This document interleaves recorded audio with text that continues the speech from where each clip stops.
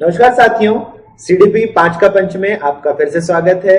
मैं लेके आया हूं 5 बेहतरीन प्रश्न जिनके ऊपर हम अंडरस्टैंडिंग और एप्लीकेशन बेस्ड क्वेश्चंस के जो हमारे करने के तरीके हैं उसको हम डेवलप करेंगे। चलिए शुरू करते हैं। तो पहला क्वेश्चन जो आपके सामने प्रस्तुत है वो है A, B and C are 3 students.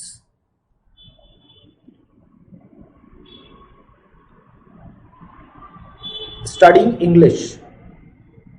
A finds it interesting and thinks it will be helpful for her in the future. B studies English as she wants to secure first rank in the class.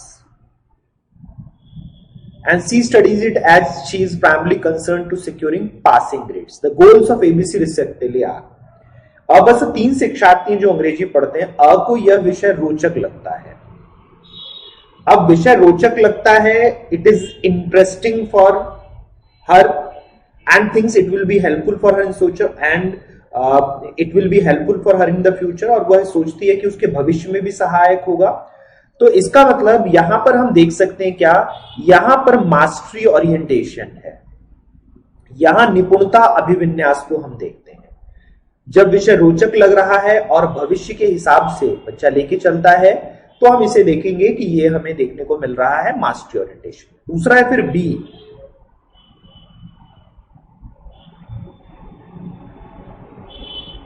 B studies English as she wants to secure first rank. B को अंग्रेजी विषय इसलिए पढ़ती क्योंकि वह कक्षा में पहला स्थान चाहती है, यानी अचीवमेंट ओरिएंटेशन हमें देखने को मिलता है।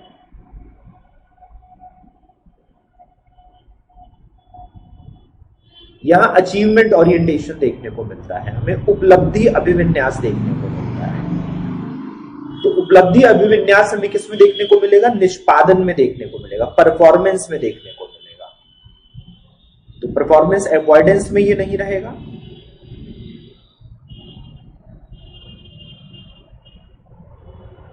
और मास्टरी में ये नहीं रहेगा। तो यहां पर हमें जो देखने को मिलता है वो निष्पादन देखने को मिलता है, परफॉर्मेंस देखने को मिलता है। तो ये हमारे पास परफॉर्मेंस के इक्विवेलेंट है। फिर हम तीसरा देखें तो तीसरी बात करते हैं किसकी, तीसरी बात करते हैं C studies as C primary concern secure passing marks. Pass होने के लिए चाहती है। स अंग्रेजी विषय इसलिए पढ़ता है क्योंकि उसका प्राथमिक सरोकार उत्तीर्ण होने वाले ग्रेड्स प्राप्त करना है। यानी यहां पर क्या है, फेलियर अवॉइडेंस है। यहां पर अगर हम देखें तो सी क्या चाह रहा है, सी चाह रहा है फेलियर अवॉइडेंस।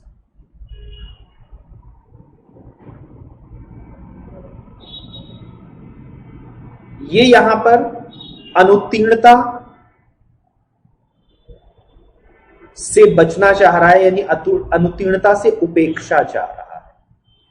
तो इसे हम क्या लेके चलें, इसे हम परफॉर्मेंस अवॉइडेंस कहेंगे, इसे हम निष्पादन उपेक्षा कहेंगे। तो इसे अगर हम देखेंगे तो ये निष्पादन उपेक्षा में हमें दिखता है, ये हमें परफॉर्मेंस अवॉइडेंस में दिखता है। तो इसीलिए उत्तर हमें क्या देखने को मिलेगा, उत्तर हमें दूसरा देखने को मिलेगा, जहां ए मास्टरी, बी परफॉर्मेंस और सी परफॉर्मेंस अवॉइडेंस है, जहां पे ए निपुणता, दूसरा निष्पादन और तीसरा निष्पादन की उपेक्षा को देखता है। तो यहां पे उत्तर हमें कौन सा देखने को मिल रहा है, दूसरा। चलिए अगले प्रश्न की ओर चलते हैं।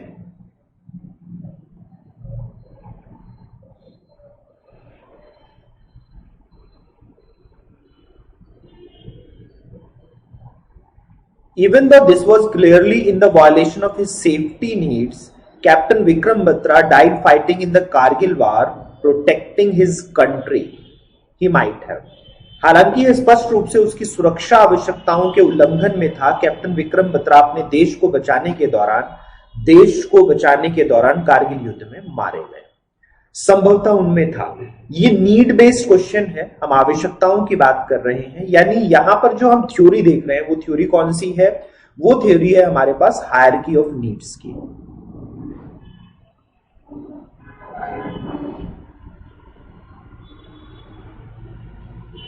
हम यहां आवश्यकता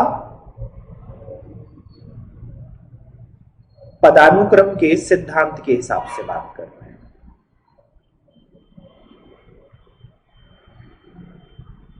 और ये आवश्यकता पदानुक्रम का सिद्धांत हमारे पास किसका है? मास्लो का है। तो हायरार्की ऑफ नीड्स थ्योरी जो है, जो कि मास्लो की है, अब्राहम मास्लो की है, वो हमारे पास यहां पे देख रहे हैं। अब अगर हम देखें तो सेफ्टी नीड्स के ऊपर हमें देखने को मिलता है कि बिलोंगिंग नीड्स आती हैं। अगर हम हायरार्की ऑफ नीड्स की बात करें तो सबसे नीचे फिजियोलॉजिकल नीड्स हैं। अगर हम उसमें देखते हैं तो हमें नीड्स किस स्वरूप में दिखती हैं? नीड्स का पदानुक्रम हमें दिखता है कि सबसे निचले स्तर पे फिजियोलॉजिकल नीड्स है। उस फिजियोलॉजिकल नीड्स के ऊपर फिर हम देखते हैं कि हमें देखने को मिलता है, तो यहां पर सेफ्टी नीड्स को देखा गया है। तो अगर हम बात करें तो सबसे निचले क्रम में है फिजियोलॉजिकल नीड्स।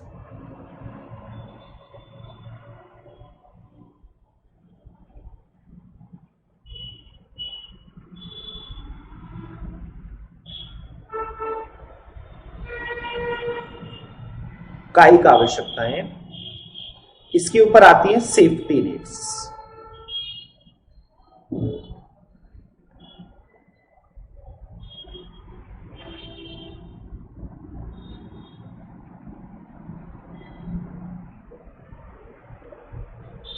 सुरक्षा आवश्यकताएं,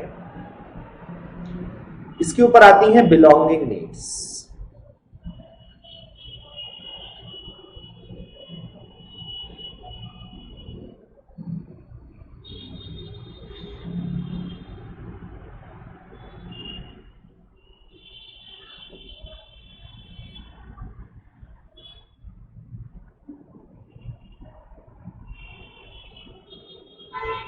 अब अगर हम यहां पर देखें तो यहां हमारे पास जो दे रखे हैं,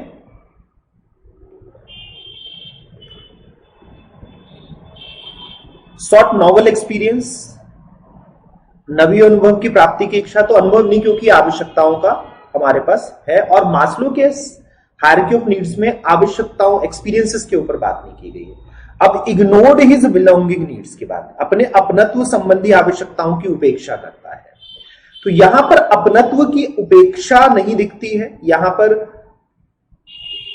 इग्नोरिंग हिज बिलोंगिंग नीड नहीं दिखता है हमें। यहां पे हम क्योंकि संबंधन आवश्यकताओं के ऊपर बात ही नहीं है, यहां पर ये बात नहीं कर रहे हैं कि वो किन किन से संबंध के रूप में, जैसे प्रेम संबंध हो गए या फिर जो भाई बहनों से संबंध हुआ, माता पिता की सुरक्षा हुआ, ये सब देखने को मिलता है हमें।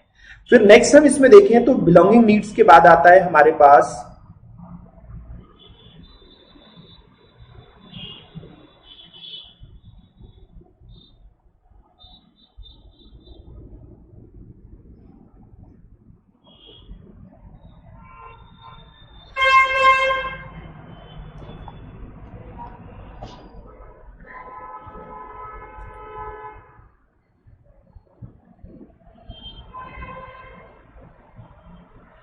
फिर हम यहां पर देखते हैं कि यहां पर हमें देखने को मिलता है एस्टीम नीड्स।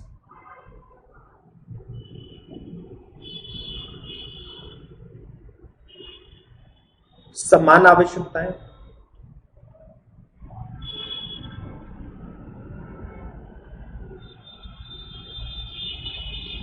अब यहां चीज दे रखी है, wanted to earn a good name to his family, अपने परिवार की नाम की ख्याति प्राप्त करना चाहता है। तो ये एक हमें ऑप्शन देखने को मिलता है जो कि इसकी नीड के ऊपर है। लेकिन जब वो अपने परिवार की ख्याति देखना चाहता है तो इसमें स्वयं की ख्याति है कि नहीं है, क्योंकि एस्टीम नीड्स जो है वो स्वयं की ख्याति और परिवार की ख्याति से जुड़ा मिलेगा। लेकिन इसमें जो कॉज है, कॉज यहां पर प्रोटेक्टिंग हिज कंट्री है, अपने देश को बचाना है। ये अगर वो अच्छे से लड़ाई लड़े होते और बेशक हार जाते और उनकी मौत नहीं भी होती तो भी यहां पर उनको ख्याति मिलती क्योंकि उन्होंने कारगिल की वॉर लड़ी। लेकिन यहां पर क्या है, वो अपने देश को बचाने के लिए हम देखते हैं। तो यहां हम सबसे हाईएस्ट नीड की बात करेंगे। यहां एस्टीम नीड से भी ऊपर जो हमें नीड देखने को मिलती है वो कौन सी नीड है हमारे पास? वो है सेल्फ एक्चुअलाइजेशन।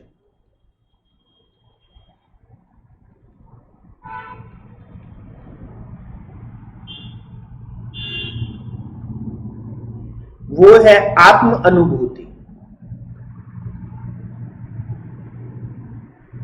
जिसमें व्यक्ति अपने विभिन्न आवश्यकताओं से ऊपर उठ जाता है और अपने उत्तरदायित्व को समझता है, अपने रिस्पॉन्सिबिलिटीज को समझता है और उसके लिए वो फिर काम कर रहा होता है।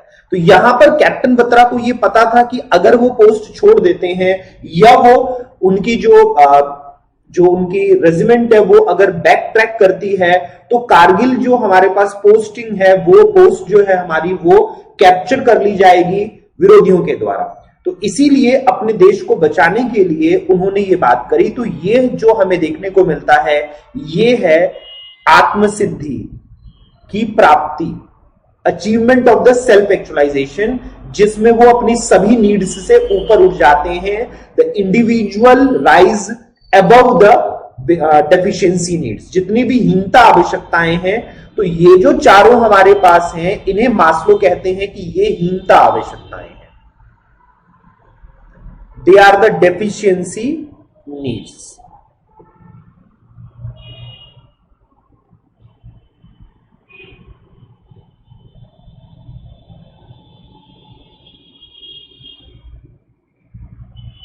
तो इन सब से ऊपर उठकर व्यक्ति हमें काम करता हुआ दिखता है।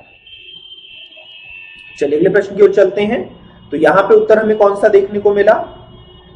यहां उत्तर हमें देखने को मिला तीसरा, अचीविंग सेल्फ एक्चुअलाइजेशन। चलिए अगले प्रश्न की ओर चलते हैं। Extension of response is more difficult following, प्रतिक्रिया का विलोप। अब यहां पर हमारे पास एक्सटेंशन ऑफ रिस्पॉन्स की बात करिए, प्रतिक्रिया के विलोप की बात की गई है। तो यहां कौन सी चीज हम देख रहे हैं? यहां हम देख रहे हैं स्किनर की थ्योरी।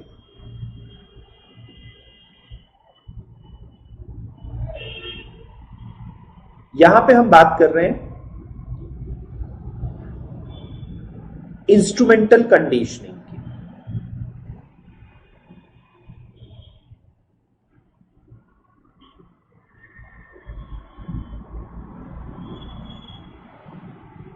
यहां पे हम बात कर रहे हैं उपकरणीय अनुबंधन की।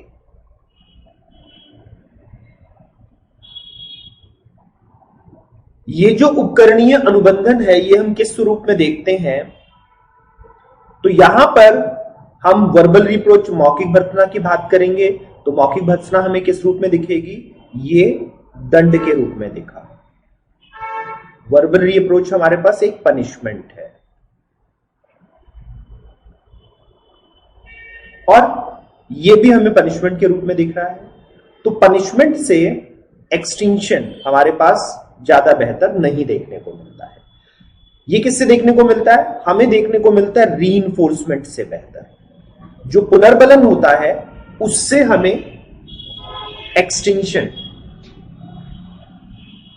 रुकता है जब हम किसी एक बिहेवियर और जो बिहेवियर बॉन्ड है रिस्पॉन्स और स्टिमुलस का, उद्दीपक और अनुक्रिया का जो आबंध है, इसका जो हम एक आबंधन देखते हैं, इसका जो बॉन्डिंग देखते हैं वो स्ट्रॉन्ग कब होगा और उसका एक्सटेंशन कब रुकेगा, उसका विलोप कब रुकेगा? जब हम पुनर्बलन देंगे। पुनर्बलन से ये बेहतर चुनते हैं। तो इसमें हम अगर देखें दो उपकरण वो देते हैं रीइंफोर्समेंट और वो देते हैं पनिशमेंट। तो इन दोनों में बेहतर कहते हैं कि रीइंफोर्समेंट है।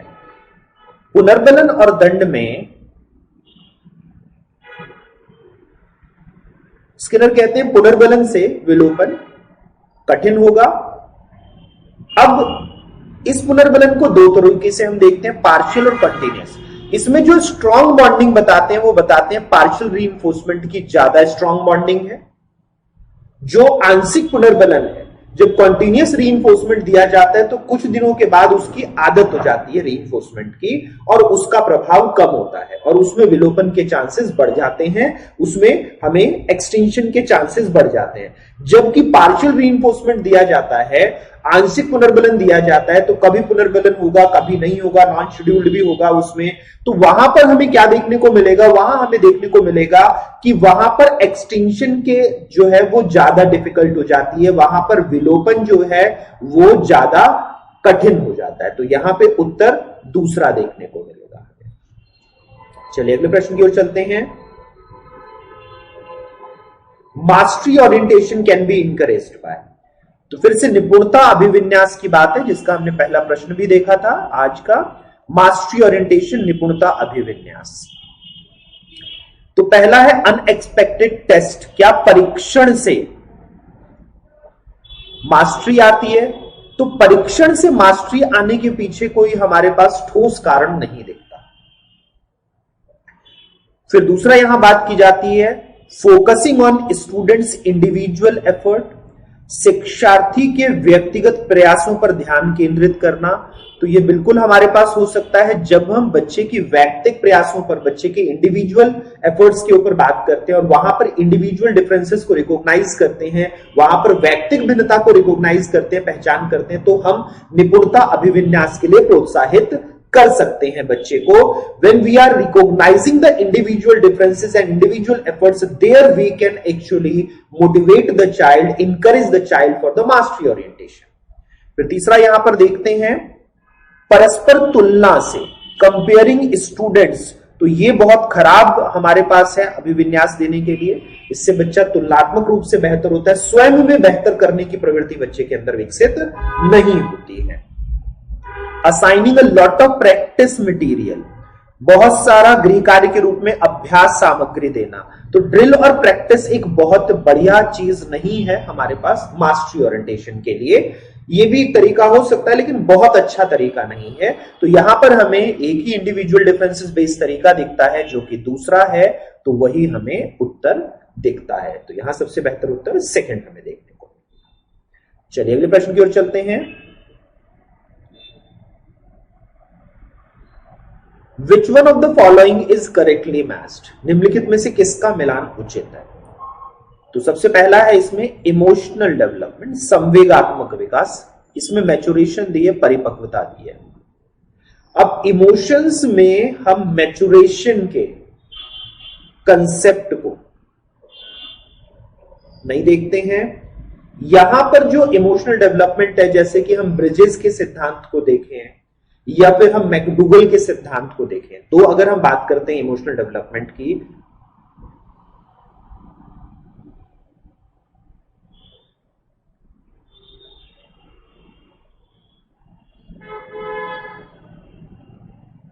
संवेग विकास की बात करते हैं, तो डार्विन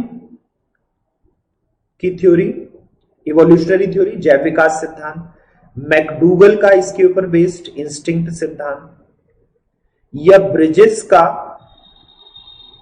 सिद्धांत। तीन सिद्धांत हम मेनली इसमें देखते हैं। फिर इमोशनल इंटेलिजेंस थ्योरी भी देखते हैं हम, जो कि साल्वे मायर की है हमारी।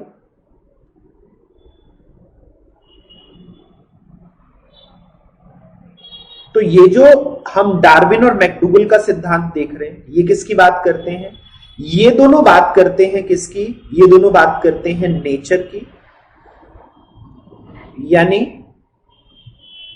ये किसकी बात करेंगे? ये बात करेंगे हमारे पास मैच्योरेशन की। लेकिन जब हम इसके ऊपर बात करते हैं तो ब्रिजेस और गोल्डमैन किसकी बात कर रहे हैं? ये बात कर रहे हैं एनवायरमेंट की।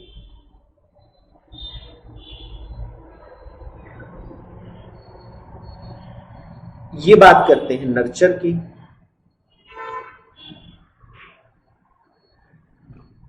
तो यहां पर इमोशनल डेवलपमेंट को केवल मैच्योरेशन से देने की हम बात जो करेंगे, ये गलत है। केवल हम मैच्योरेशन के ऊपर बात नहीं कर सकते इसकी। फिर दूसरा हम देखते हैं फिजिकल डेवलपमेंट। तो फिजिकल डेवलपमेंट हमारा किससे जोड़ा गया है? शारीरिक विकास वातावरण से। ये भी गलत है, क्योंकि शारीरिक विकास तो बायोलॉजी से डिपेंड करेगा, ये तो बायोलॉजी से डिपेंड करता है। साथ में फिर हमारा एनवायरमेंट भी रहेगा। तो ये हमारा जैविकता से या कायिकता से निर्भर करता है।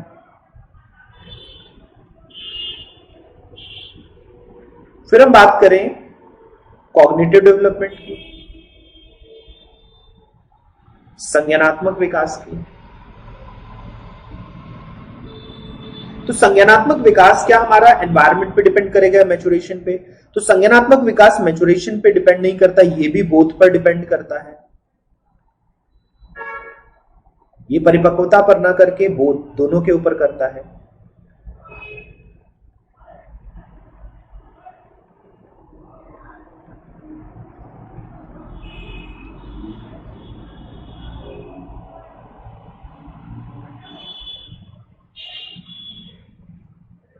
तो ये तीनों हमें किस में दिख रहे हैं? बोथ में दिख रहे हैं।